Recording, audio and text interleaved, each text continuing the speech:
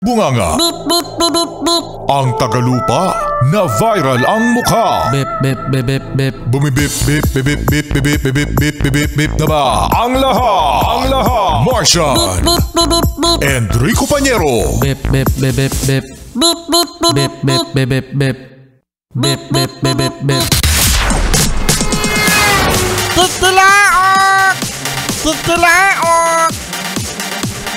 Tikilaok! Ito na ang 101.1 Yes FM Balitang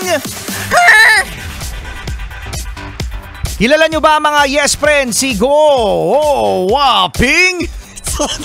Sino si Go Waping? Si Go Waping mga Yes Friend ay si ex-mayor Alice Guo. Yan ang sabi mga Yes Friend na iisa lang daw sila. Ngayon mga Yes Friend, dahil sa magkakaroon ng midterm election next year, aba, si ex-mayor Alice Guo o si Go Waping balak umano mga Yes Friend na tumakbo pa bilang alkalde ng Bamban, Tarlac. Tatakbo palabas ng Pilipinas! Kaalabas lang eh.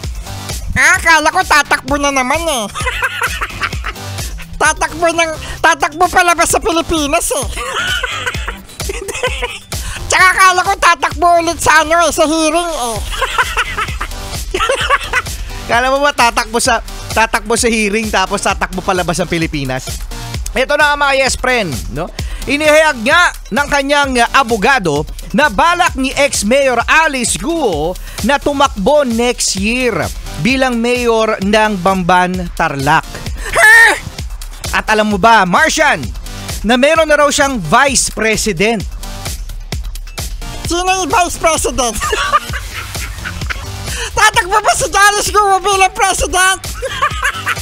Hindi, mayor lang. Kala ko president eh. Pero, ang kanyang vice mayor, mga Yes Friend, alam mo ba kung sino, Martian? Sino? Ikaw. Rico Pañero, huwag mo ako idamay. Baka madamay ako sa Pogo. Baka madamay pa si Martian. Ayaw mo maging vice mayor ni Alice Guo? Yoko. Tsaka na lang. Kapag innocent. Yan, kapag innocent. Pero mga Yes Friend, wag na kayong ma-high blood kung ayaw niyong tumakbo si ex-mayor Alice Guo kasi disqualified na siya. Ano ba talaga? Gusto mo pa tumakbo bilang mayor ulit si Alice Guo, Martian? Di ko po alam, Your Honor. Di ko po talaga alam. Disqualified na siya ng ombudsman mga Yes Friend dahil sa sa controversial na kanyang birth certificate. Yan, kasi hindi nga alam mga Yes Friend kung siya ay isang Chinese o isang Filipino. Filipino po ako, lumaki po ako sa farm.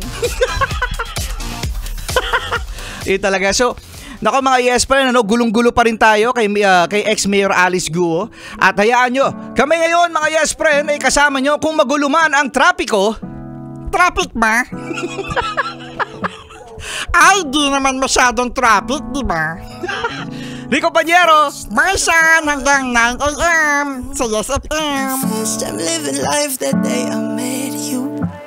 Hate to think that you must have to die someday.